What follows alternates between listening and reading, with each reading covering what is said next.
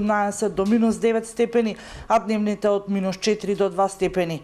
Министерството за здравство се препораќа до граѓаните да се ослободат од работни обврски бремените жени и лицата над 60 годишна возраст.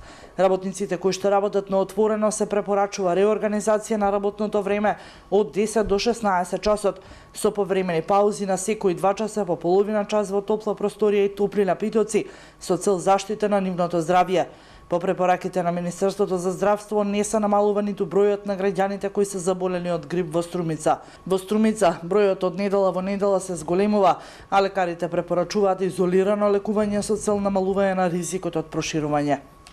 Струмица и регионот наш го следи, значи на нивото на ниво на Македонија трендот, значи истиот е, со тоа што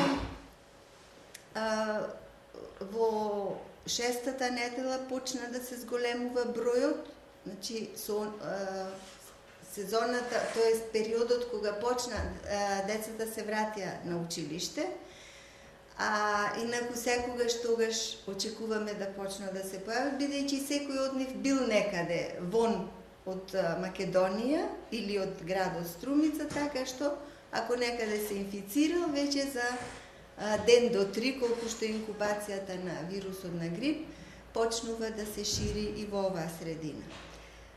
Најзафатена група исто така, како што е очекувано, е групата од 15 до 64 години, значи тоа е еден голем распон, со тоа што морбидитетот е највисок во предучилишни и училишни деца, значи од 0 до 14 годишна возраст. Временската прогноза останува со минусни температури и денеска и утре, додека пак за наредната недела се очекува живата на термометарот да биде во позитива.